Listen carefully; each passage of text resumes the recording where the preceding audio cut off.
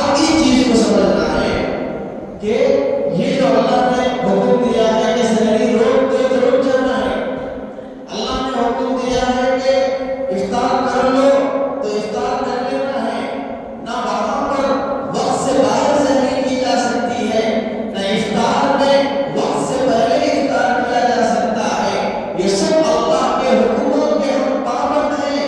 اللہ تعالیٰ روزے کے ذریعے سے یہی بتانا چاہتے ہیں، یہی تربیت کرنا چاہتے ہیں کہ ایک انسان، ایک ایمان والا دنیا میں ہر موقع پر ہمارے حکموں کا پابند ہے۔ ہم جیسے چاہیں گے ایمان والے کو ویسے زندگی گزارنا ہوگا۔ اللہ کہے گے کہ یہ من خواب نہیں کھانا ہے، یہ من پیٹ نہیں پینا ہے، یہ من پہنو نہیں پہننا ہے، یہ کام مت کرو نہیں کرنا ہے۔ اللہ نے کہا کہ یہ کھاؤ تو کھانا ہے، یہ کام کرو تو کرنا ہے۔ اسی کا نام دین ہے، اسی کا نام شریعت ہے۔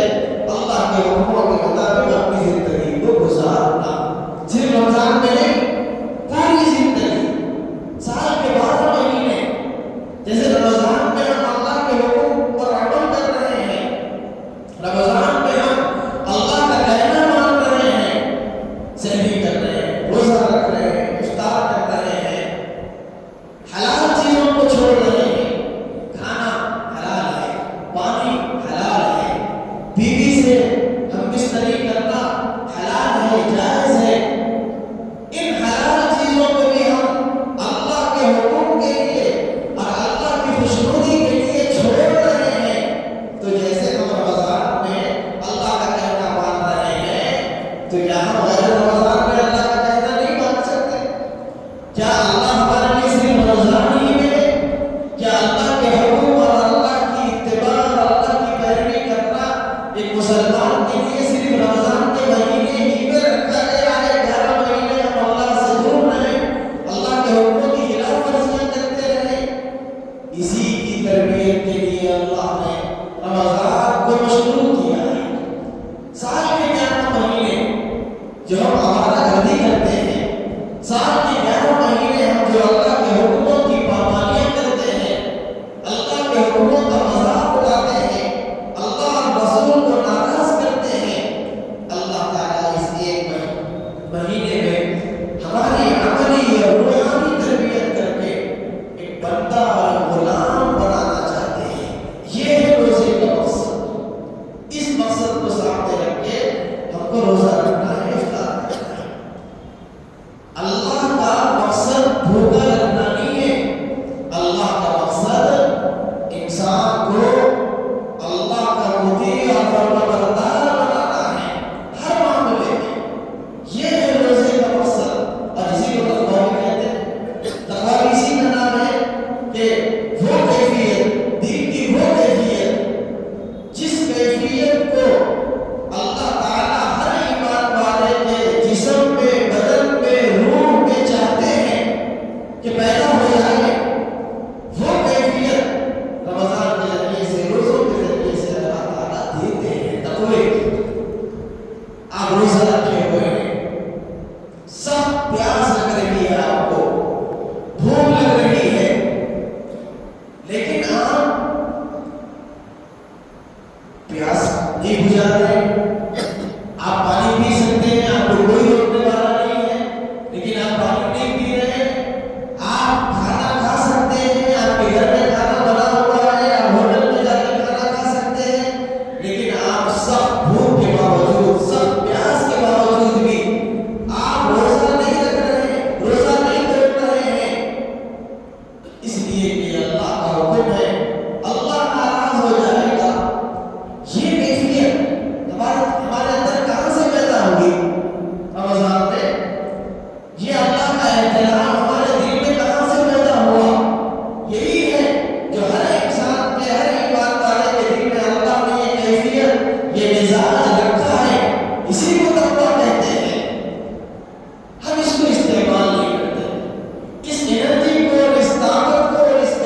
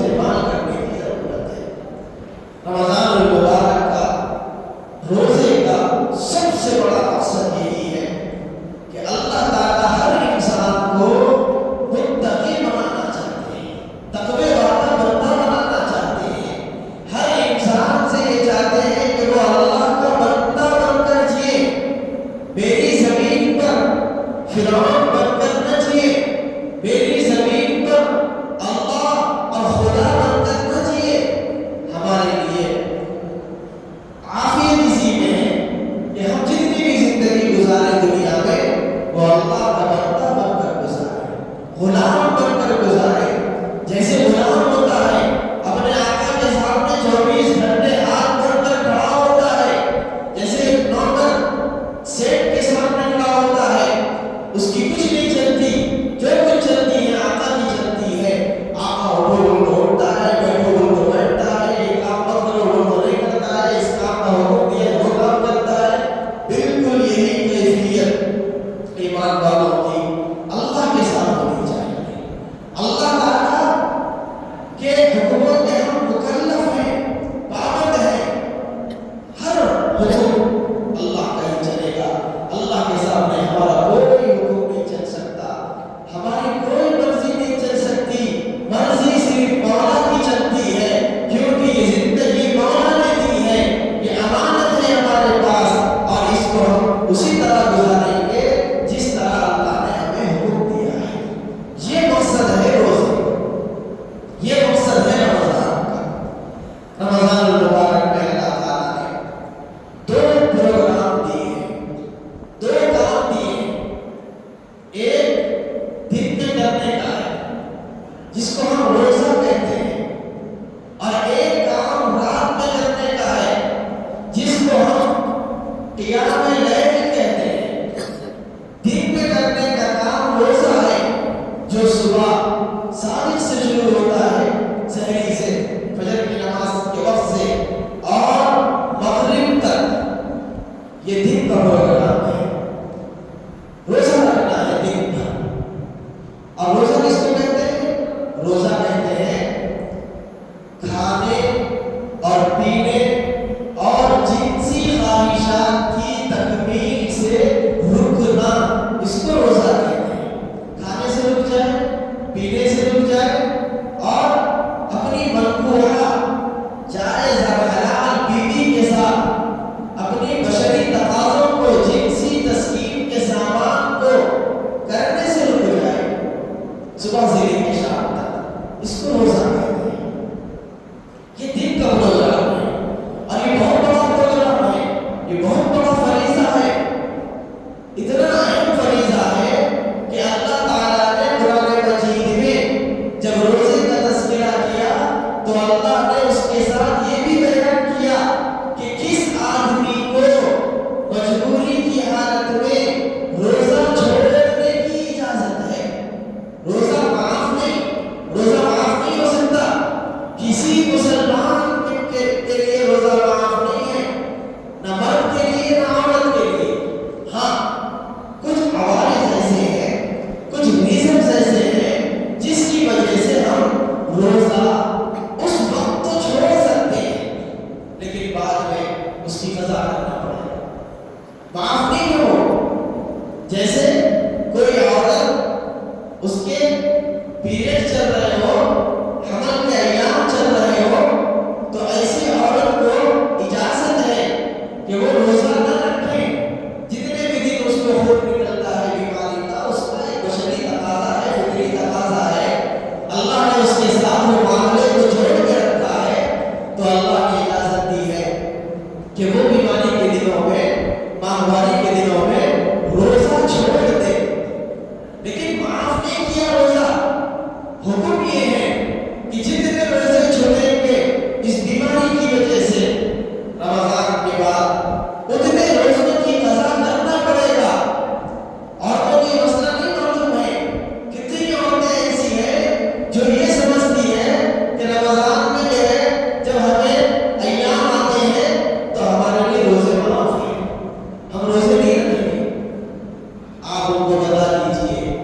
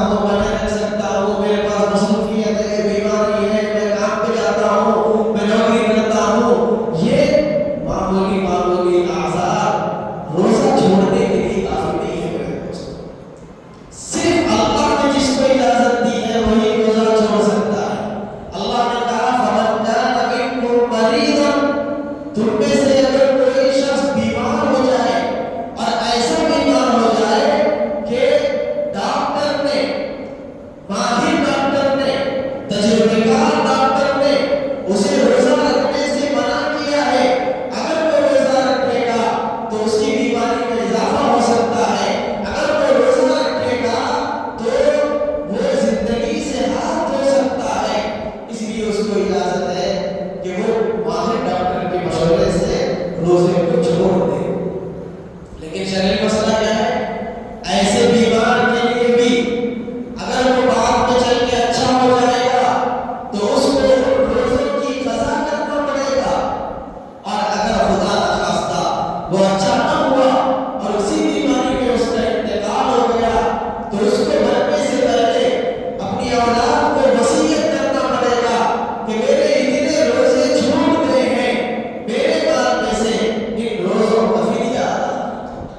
اور اگر اس نے وصیت نہیں کی تو اولاد کی ذمہ داری ہے، اولاد کا حق ہے، مرنے والے باپ مرنے والی ماں کے روزے اگر چھوٹ گئے ہیں تو اس کا فدیہ ادا کرے۔ اتنا اہم مسئلہ ہے میرے دوستوں، روزہ اتنا بڑا فرض ہے، کسی کے لیے معاف نہیں ہے۔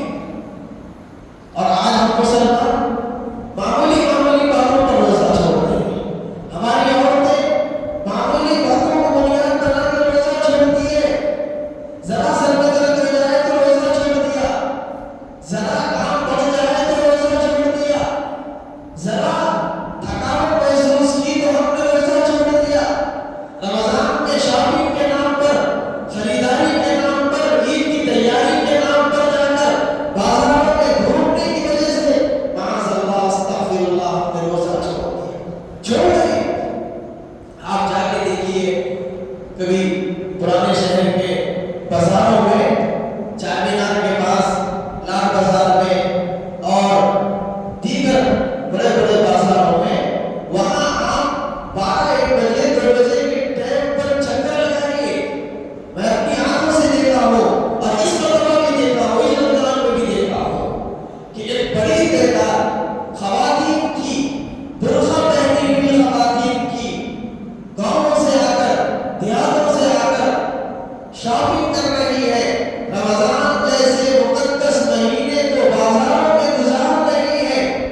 اور پھر غضب، بالائے غضب یہ ہے کہ روزہ نہیں ہے، دن کے وقت میں گنے کی منڈیوں پر ٹھہر کر گنے کا جوس پی رہی ہے، چائے کی منڈیوں پر ٹھہر کر ہماری عورتیں برقعے میں چائے پی رہی ہے، کھانا کھا رہی ہے ہوٹلوں میں بیٹھ کر، اور یہ بہانہ بنا رہی ہے کہ ہم جو ہے شاپنگ کرنے کے لیے نکلے ہیں، اس کی تیاری کے لیے نکلے ہیں، اس لیے ہم جو ہے نا روزہ نہیں رکھے ہیں۔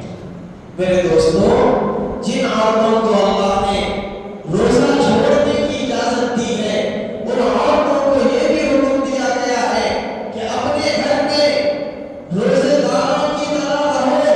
اگرچہ کہ تمہیں روزہ چھوڑنے کی اجازت دی گئی ہے، لیکن اس کا مطلب یہ نہیں ہے کہ گھر میں تمہارا شوہر روزے سے ہے، تمہاری اولاد روزے سے ہے، تم ان روزے داروں کے سامنے کھاتی پیتی نہ پھرو، بلکہ ایسے رہو جیسے روزے ہی سے ہو۔ اس کا حکم دیا گیا ہے۔